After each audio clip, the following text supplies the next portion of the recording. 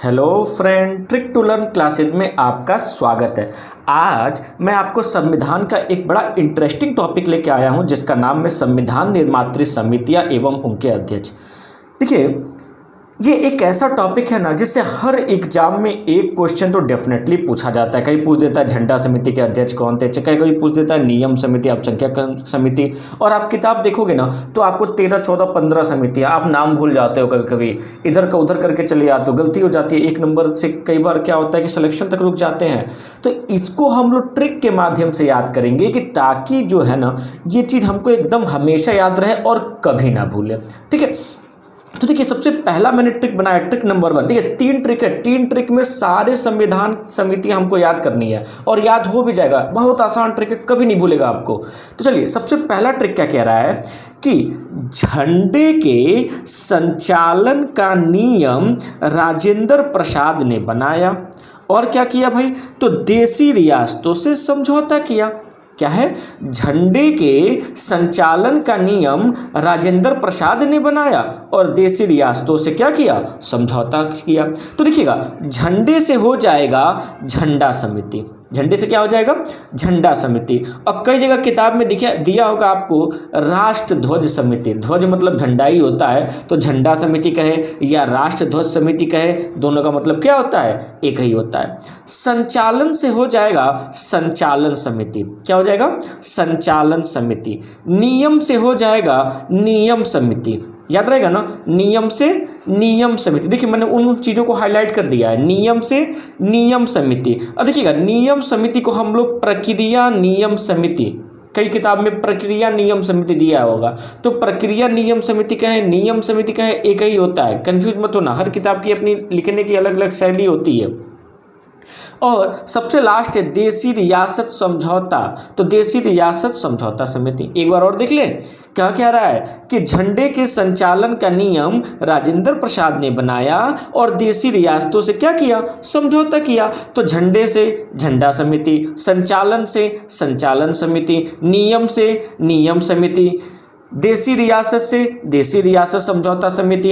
और इन सबके अध्यक्ष कौन थे, तो डॉक्टर राजेंद्र प्रसाद। अगर आपके एग्जाम में पूछे झंडा समिति के अध्यक्ष कौन है, तो डॉक्टर राजेंद्र प्रसाद। संचालन समिति के अध्यक्ष कौन है, डॉक्टर राजेंद्र प्रसाद। नियम समिति के अध्यक्ष कौन है, डॉक्टर राजेंद्र प्रसाद। और देशी रियासत समझौता समिति के अध्यक्ष कौन है, डॉक्टर राजेंद्र प्रसाद। याद हो गया ना, देख रहे हो ना कितना आसान है, हमको एकदम याद नहीं करना, थोड़ा थोड़ा शब्द को पकड़ना है। ठीक है, अब देखिए इसी के नीचे मैंने नोट डाउन लिखा है, और नोट क्या लिखा है, झंडा समिति के अध्यक्ष राजेंद्र प्रसाद और उपाध्यक्ष जेबी कृपलानी।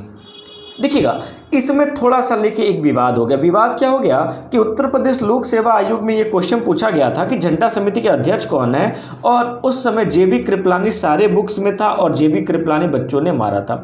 लेकिन जब आयोग ने अपना आंसर की जारी किया तो उसने राजेंद्र प्रसाद को सही माना। भाई होना क्या है, यूपी है तो केस तो होना ही है, तो क्या हो गया, केस हो गया। अब केस हो गया तो क्या हुआ, आयोग ने जो साक्ष्य प्रस्तुत किया कोर्ट ने यही माना कि झंडा समिति के जो अध्यक्ष हैं वो राजेंद्र प्रसाद है।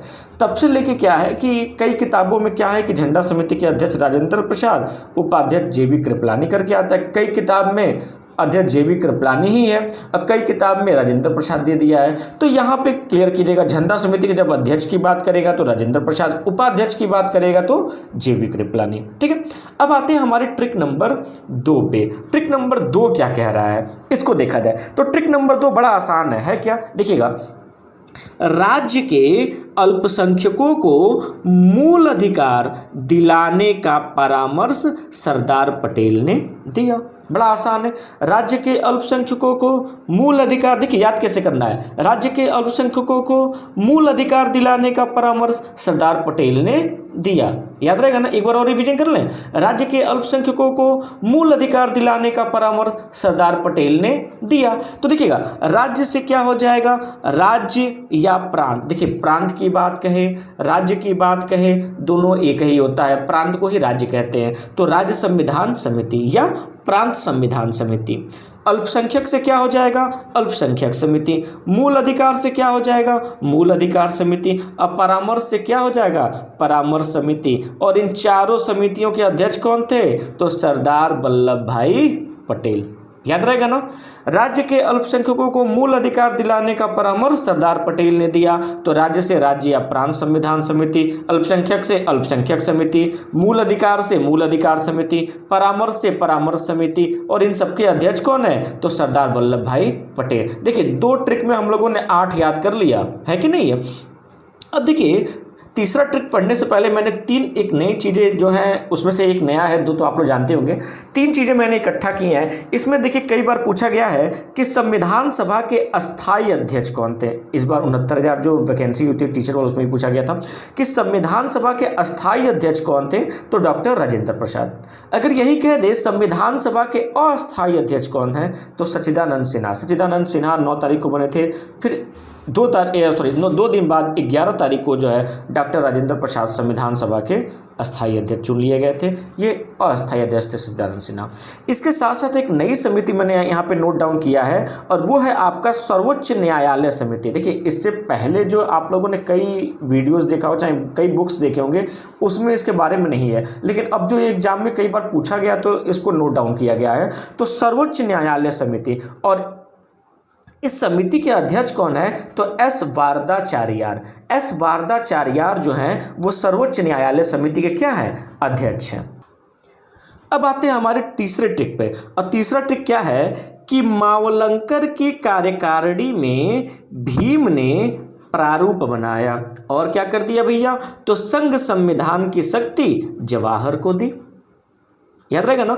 मावलंकर की कार्यकारिणी में भीम ने प्रारूप बनाया और संघ संविधान की शक्ति जवाहर को दी। तो देखिएगा मावलंकर से हो जाएगा मावलंकर की कार्यकारिणी में, तो कार्यकारिणी से हो जाएगा कार्यकारिणी समिति, और कार्यकारिणी समिति के अध्यक्ष कौन है? तो मावलंकर। मावलंकर कौन? तो जीबी मावलंकर। ठीक है। मावलंकर की कार्यकारिणी में भीम ने प्रारूप बनाया, तो प्रारूप से क्या हो जाएगा? प्रारूप समिति। देखिएगा कई बार क्या देता है, दे देता है ड्राफ्ट समिति के अध्यक्ष कौन है, कई बार देता है मसौदा समिति का अध्यक्ष कौन है। तो याद रखिएगा हिंदी में प्रारूप कहा जाता है, अंग्रेजी में ड्राफ्ट कहा जाता है, और उर्दू शब्द है मसौदा। प्रारूप की बात कहे, ड्राफ्ट की बात कहे, या मसौदा की बात कहे, तीनों का मतलब क्या होता है? एक ही होता है। और अध्यक्ष कौन है? भीमराव अंबेडकर। अगर आपके एग्जाम में पूछे प्रारूप समिति के अध्यक्ष कौन है? भीमराव अंबेडकर। या ड्राफ्ट समिति के अध्यक्ष कौन है? भीमराव अंबेडकर। या मसौदा समिति के अध्यक्ष कौन? भीमराव अंबेडकर। सीधी सी बात है, एक ही तो नाम है, बस अलग अलग हो गया। एक हिंदी हो गया, एक अंग्रेजी, एक उर्दू हो गया। और संघ संविधान की शक्ति जवाहर को दी, तो संघ संविधान समिति के अध्यक्ष हैं जवाहरलाल नेहरू। एक चीज याद रखिएगा, अगर आपके एग्जाम में पूछे कि प्रांत संविधान या राज्य संविधान समिति के अध्यक्ष कौन है, तो वो हो जाएंगे जवाहरलाल नेहरू। जब प्रांत या राज्य की बात करेगा, और जब संघ संविधान की बात करेगा तो वो हो जाएंगे जब प्रांत की बात करेगा तो वो हो जाएंगे सरदार वल्लभ भाई पटेल, लेकिन जब आपका संघ की बात करेगा तो वो हो जाएंगे जवाहरलाल नेहरू। सॉरी, थोड़ा सा मिस्टेक हो गया, उल्टा हो गया, आप लोग प्लीज़ माइंड मत कीजिएगा। तो जब कभी भी आपके एग्जाम में राज्य संविधान समिति की बात करेगा, प्रांत संविधान समिति की बात करेगा, तो उसके अध्यक्ष हो जाएंगे सरदार वल्लभ भाई पटेल। और यही जब क्वेश्चन थोड़ा सा घुमा दे संघ संविधान समिति के अध्यक्ष कौन है, तो कौन हो जाएगा? जवाहरलाल नेहरू। तो देखिए हम लोगों ने 3 ट्रिक में संविधान निर्मात्री समिति के सारे अध्यक्षों को याद कर लिया। इससे हमेशा किसी भी परीक्षा में एक क्वेश्चन जरूर बनता है। अगर आपको ये मेरा वीडियो अच्छा लगा तो प्लीज़ इसको लाइक, सब्सक्राइब और शेयर करना ना भूलिएगा, ताकि ज़्यादा से ज़्यादा लोग देख सके। Thank you.